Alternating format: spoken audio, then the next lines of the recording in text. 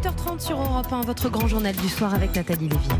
Dans un instant, c'est une édition spéciale Brexit, en tout cas pour tout vous expliquer. Mais juste avant, c'est le rappel des titres avec vous, Sébastien Krebs. Et les 27 pays européens qui approuvent ce soir l'accord, le nouvel accord établi avec le Royaume-Uni sur le Brexit. Tout va maintenant se jouer samedi à Londres. Nouvelle épreuve de force attendue à la Chambre des communes. Les députés britanniques très partagés, majorité très incertaine. On y revient donc avec vous, Nathalie, dans un instant. L'ouverture d'un hypermarché d'Angers le dimanche après-midi, retoqué par la justice qui estime que le groupe Casino n'a pas le droit de faire appel à un prestataire pour remplacer ses salariés. Selon nos informations, l'enseigne va continuer d'ouvrir son magasin sans faire appel à ce sous-traitant. Les salariés de Michelin en grève en soutien aux ouvriers de l'usine de La Roche-sur-Yon dont la fermeture a été annoncée. Les syndicats demandent un moratoire sur les délocalisations. En Catalogne, nouvelle journée de mobilisation des indépendantistes. Des routes sont bloquées, des voies ferrées également. Des colonnes de militants affluent à pied pour une journée de blocage généralisée prévue demain à Barcelone.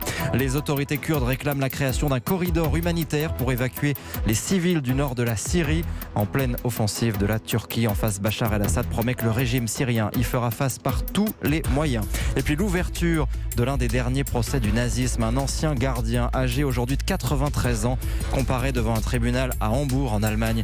On vous racontera cette histoire dans le journal de 19h. Merci beaucoup Sébastien, vous revenez donc dans une demi-heure, un peu moins. Le temps avec la pluie? Beaucoup de pluie. Beaucoup de pluie. Exactement, beaucoup de pluie demain. De la pluie sur la quasi-totalité du pays. Alors de la pluie plus ou moins soutenue. Demain après-midi, c'est sur la Franche-Comté, les Alpes et la région lyonnaise qu'il va pleuvoir le plus fort, avec parfois des orages locaux assez violents. Par endroits, partout ailleurs, le ciel est très nuageux.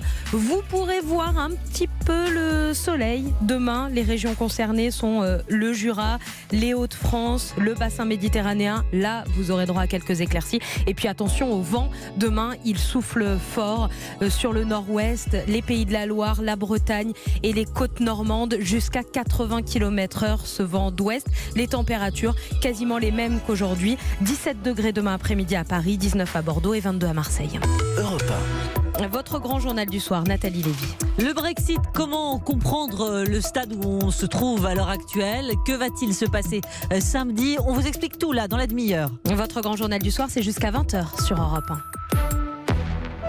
Bien manger, démêlons le vrai du faux avec Éric Lemaire, président d'AXA Prévention et ses invités, Karine Lemarchand et le docteur Salman. Sur Internet, les informations diffusées ne sont pas toujours vérifiées et peuvent constituer un danger lorsqu'elles concernent notre santé. Avec AXA Prévention, nous nous attaquons à ces fausses nouvelles qui circulent. Aujourd'hui, parlons du pain. On entend partout que le pain fait grossir. C'est vrai, Karine ? Bah oui, mais moi ça m'embête parce que j'adore le pain et je trouve qu'en plus c'est un peu la fierté nationale, la petite baguette. Mais c'est vrai que dans tous les régimes, on dit de supprimer le pain, que c'est un truc qui fait grossir. Mais je sais pas quoi faire. Karine, bonne nouvelle, on peut continuer le pain. Parce que d'abord, ça évite des coups de faim pour rien. C'est une bonne satiété, c'est bon pour le transit et une bonne énergie. Par contre, si c'est des pains industriels, il faut bien regarder qu'il n'y ait pas de sucre, de graisse ou trop de sel ajouté. Bon faut privilégier son artisan boulanger. Et puis, 1 ou 2 tranches de pain par repas, mais pas 10. Merci à vous deux, et si vous avez une autre question, posez-la à notre expert sur Intox Détox, notre service gratuit de décodage sur axaprévention.fr. Votre grand journal du soir sur Europe 1 avec exceptionnellement aujourd'hui jusqu'à 19h, non pas les grandes voix qui vous entourent mais des spécialistes qui nous éclairent sur le Brexit. Si vous avez des questions, n'hésitez pas, ça se passe dès maintenant au 39 21, 50 centimes la minute. Ou alors on pourrait dire que ce sont des grandes voix avec un accent ce soir, parce qu'évidemment on va traverser la Manche pendant cette demi-heure pour essayer de comprendre à ce stade où on en est autour de ce Brexit. Parce qu'on parle d'un accord depuis ce matin, mais faut-il s'emballer ou pas? Bonsoir Alexandre Holroyd. Bonsoir. Bienvenue, vous êtes franco-britannique, député de la République en marche des Français de l'étranger, rapporteur justement du projet de loi sur le Brexit à l'Assemblée. Emmanuel Dutail est avec nous. Bonsoir Emmanuel. Bonsoir Nathalie, bonsoir à tous. Du service économique d'Europe 1. Isabelle Horry depuis Bruxelles, correspondante Europe 1. On va venir vous voir dans une seconde. Et puis Justin Morin également à la frontière irlandaise pour Europe 1, côté Irlande du Nord, parce que c'est peut-être là-bas que tout se joue. Déjà, Alexandre Holroyd, moi j'ai regardé beaucoup les chaînes info depuis la mi-journée. Au départ, j'ai entendu beaucoup de satisfaction. On a trouvé un accord sur le Brexit, accord à l'arraché, etc. On se réjouissait. Mais samedi, c'est samedi qu'il va falloir se réjouir ou pas d'ailleurs. Là, vous nous dites quoi? Prudence maximum après cet accord? Écoutez, le Brexit, c'est l'histoire d'un marathon avec des haies. Et c'est la première haie qu'on a passées. La première est, c'était de trouver un accord entre les deux négociateurs qui puisse être soumis ensuite au chef d'État ce soir et ensuite à ratification des deux parlements. La réalité, c'est qu'il y a déjà eu un accord par le passé qui a été refusé 3 fois par le Parlement britannique. Donc c'est une très bonne nouvelle qu'on ait trouvé un accord. Parce qu'il y a encore une semaine, ça paraissait improbable. Mais les différends étaient conséquents. Mais il reste une étape essentielle. Crucial, samedi. On va y venir dans le détail. Que contient cet accord ? Moi, j'aimerais bien essayer de comprendre ou de permettre aux auditeurs de comprendre. Isabelle Horry, vous êtes à Bruxelles pour Europe 1. Dans cet accord conclu ce matin, il y a quoi exactement ? Alors, ce qu'il faut comprendre, c'est que cet accord-là, c'est l'accord qui règle les conditions du divorce entre la Grande-Bretagne et l'Union européenne. C'est ça l'objectif. Dans un deuxième temps, il va falloir maintenant négocier sur la relation future. Mais depuis 2 ans, on est braqué sur le divorce. Et cet accord contient 3 choses. La première chose, c'est, on l'a oublié parce qu'on parle quasiment que de l'Irlande depuis des mois, mais il y a 3 choses importantes. La première chose, ce sont les droits des citoyens, c'est-à-dire les citoyens européens qui vivent au Royaume-Uni, et puis les droits des Britanniques qui vivent dans l'Union européenne. Et cet accord garantit que les droits qu'ils ont actuellement seront quasiment inchangés à l'avenir. Et ça, pour la vie quotidienne de beaucoup de gens, c'est très très important. La deuxième chose, c'est que cet accord solde les comptes entre l'Union européenne et les Britanniques. C'est comme dans un vrai divorce, il y a une question d'argent et il faut savoir combien le Royaume-Uni va donner d'argent à l'Union européenne pour tenir tous les engagements qui avaient déjà été budgétés et pour lesquels on comptait sur son argent, même s'il s'en va. Donc ça, on estime que c'est plusieurs dizaines de milliards d'euros. Voilà, ça ce sont 2 choses. Et la troisième chose, évidemment, dont on vous parle depuis des jours, c'était cette fameuse question de la paix en Irlande. Il fallait éviter qu'il y ait une frontière sur l'Irlande et c'est ce que cet accord ce soir a réussi à faire. Merci beaucoup Isabelle Horry. On va évidemment aller en Irlande dans une seconde. Que va-t-il se passer si l'accord n'est pas voté au Parlement ? Je vais vous poser la question, Alexandre Holroyd, dans un instant. Je ne voudrais pas jouer les pessimistes, mais c'est quand même une possibilité. Emmanuel Dutheil nous livrera aussi dans une seconde les conséquences économiques, quelle que soit finalement l'issue samedi. On en parle dans un instant. Votre grand journal du soir avec Nathalie Lévy jusqu'à 20h sur Europe 1. Matmut Stories. Antoine, entre le commercial, son suivi client, ses livraisons, sa facturation, je vois pas comment il peut gérer les problèmes juridiques de son entreprise. Avec l'administration, ses fournisseurs, son bailleur. T'inquiète chérie, je gère. Toi, avec ton emploi du temps. Et grâce à la protection juridique de la Matmut, complète et adaptée à mon activité. Avec la Matmut, j'ai le droit au droit. Plus de temps et plus de sérénité. Ouais, t'es toujours bien accompagné, toi. Avec la Matmut, oui. Et moi ? Matmut, ma valeur sûre. Les garanties évoquées s'appliquent dans les limites et conditions définies au contrat assurance protection juridique. Coordonnées de l'assureur disponibles sur matmut.fr et en agence. Chérie, tu fais quoi là ? Rien, je suis en train de vendre notre voiture sur Carizy.com. En imitant le bruit d'un corbeau ? En fait, c'est plus un héron cendré, mais c'est pas encore parfait, ça demande un peu d'entraînement. Si t'as rien à faire, tu veux pas plutôt tondre la pelouse ? Occupez-vous comme vous voulez, on s'occupe de la vente de votre voiture. Commercialisation, gestion des formalités, paiement sécurisé. Carizy.com, C-A-R-I-Z-Y, car il n'y a rien de plus simple pour vendre au meilleur prix et en toute sécurité. En ce moment, bénéficiez du remboursement de votre contrôle technique, modalité sur Carizy.com. Douleur articulaire ou musculaire, mal de dos, mal de genou. Le roller Pur Essentiel articulations et muscles réduit immédiatement et durablement la douleur grâce à sa bille massante et ses 14 huiles essentielles 100% naturelles. Roller Pur Essentiel, numéro 1 en pharmacie. Dispositif médical. Pur Essentiel, l'efficacité à l'état pur.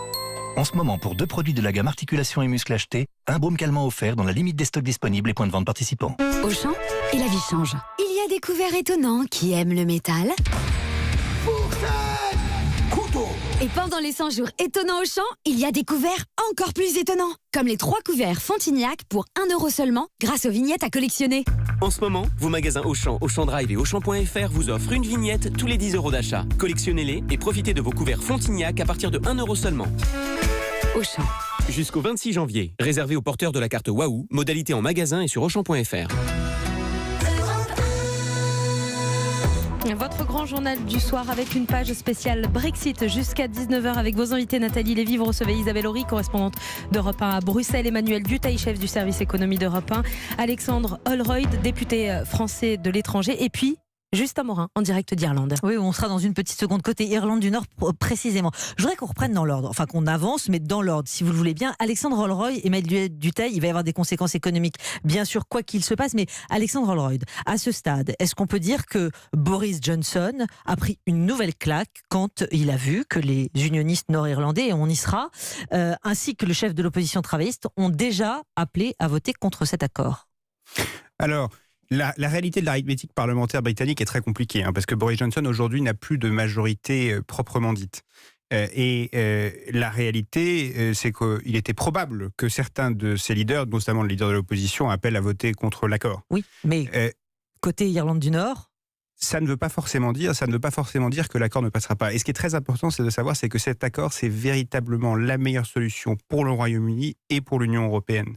Donc, il faut impérativement que cet accord soit ratifié par les deux parlementaires parce qu'il n'y a pas de solution alternative. Oui, c'est normal. Vous plaidez pour cet accord, mais regardez, là, la Chambre des communes à Londres, elle a rejeté à 3 reprises le texte Theresa May. Pourquoi pas une 4e fois? Là, tous les signaux sont quand même vraiment rouges. Non, je ne pense pas que les signaux sont en rouge. Il y a une volonté politique considérable au Royaume-Uni d'en finir avec cette histoire interminable. Il y a un accord qui est bon, qui répond à certaines des inquiétudes qui existaient au sein du Parlement britannique à l'époque de l'accord de Theresa May. Par exemple, il y a des parlementaires britanniques qui ont voté contre l'accord de Theresa May qui aujourd'hui appellent à voter pour cet accord-là.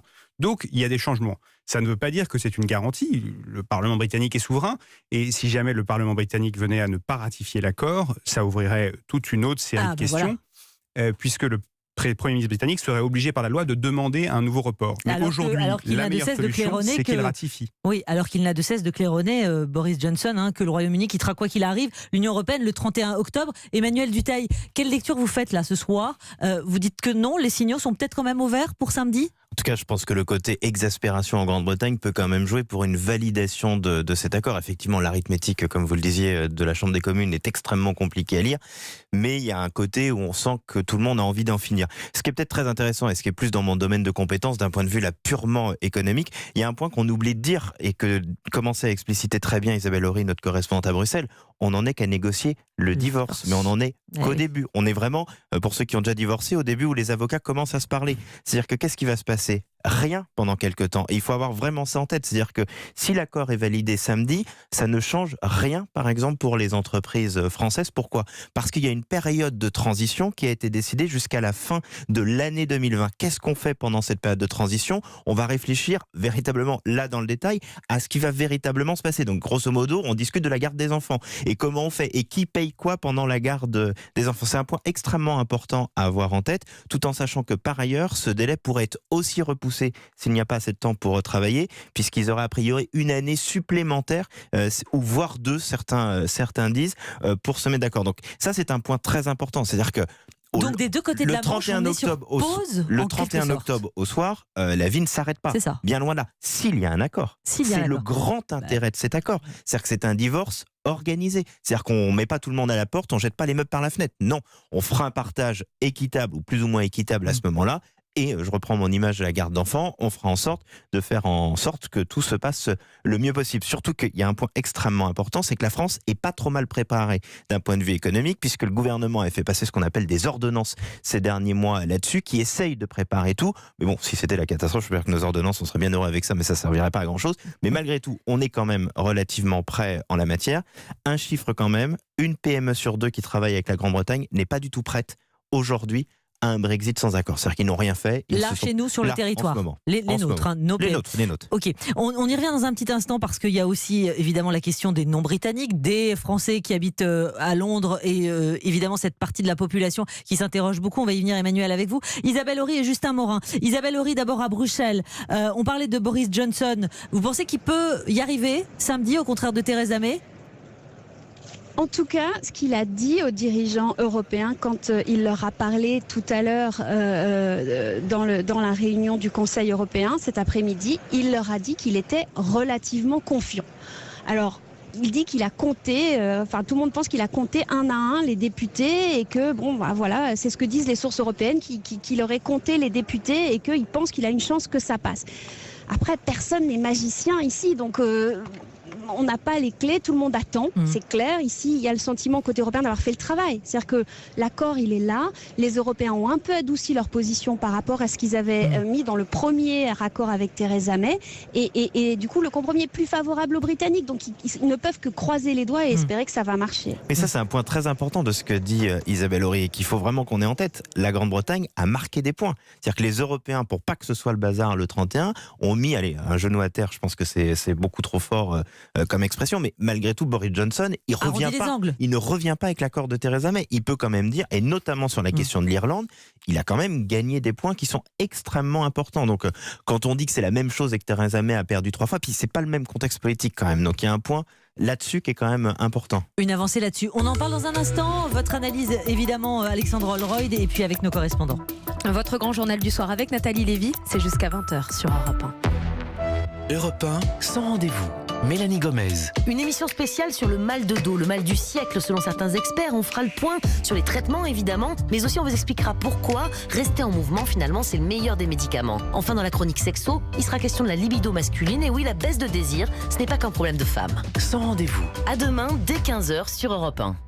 Ah, tiens, il faut que je te parle. Qu'est-ce qu'il y a? Tout le monde sait que tu as eu ton Sprinter Mercedes-Benz au prix d'un utilitaire. Bah oui, alors 299 € par mois. Je leur dis quoi, mes gars? En ce moment, offrez-vous un Sprinter Mercedes-Benz au prix d'un utilitaire pour seulement 299 € par mois. Entretien, extension garantie, remplacement des pièces d'usure, avantage service care inclus. Mercedes-Benz, des utilitaires conçus pour durer. Sprinter Fourgon 211 39 S traction en crédit by Facility 36 mois, 120 000 km, premier loyer 4 379 € hors taxe, à professionnel, valable jusqu'au 31/12/2019, c'est acceptation par Mercedes-Benz Financement. Conditions sur mercedes-benz.fr. Leclerc. Chérie, en ce moment avec les super pouvoirs d'achat, le nouvel album d'Alain Souchon est à prix Leclerc. Quoi? I'm 50s chez Leclerc? Avec en exclusivité une lithographie dédicacée offerte. C'est presque toi, presque moi.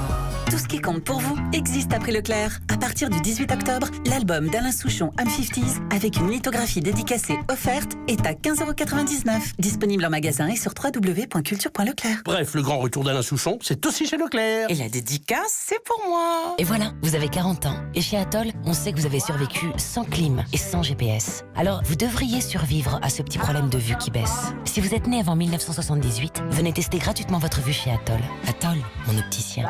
Ce test n'est pas un examen médical. Tu sais que j'ai trouvé mieux que le Black Friday pour faire des super affaires? Genre les 50 ans d'innovation Samsung. Pour célébrer son 50e anniversaire, Samsung propose des offres à faire pâlir le Black Friday sur une sélection de téléviseurs QLED, de barres de son et de produits électroménagers. Tu peux ainsi cumuler jusqu'à 2000 € de remboursement. Jusqu'à 2000 €? Eh oui, jusqu'à 2000 €.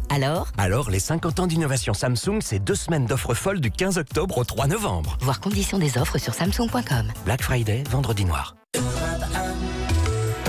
Votre grand journal du soir sur Europe 1 avec Nathalie Lévy et le Brexit jusqu'à 19h. C'est une page spéciale avec vos invités, Nathalie. Isabelle Horry, correspondante d'Europe 1 à Bruxelles. Emmanuel Dutheil, chef du service économie d'Europe 1. Alexandre Holroyd, qui est député des Français de l'étranger. Et puis Justin Morin, qui se trouve en Irlande du Nord actuellement. Et où on file là tout de suite vous rejoindre. Bonsoir Justin Morin.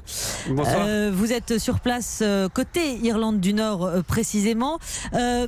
Vous êtes près de la frontière. Comment les Irlandais vivent toutes ces discussions à Bruxelles? Ils sont concernés au quotidien.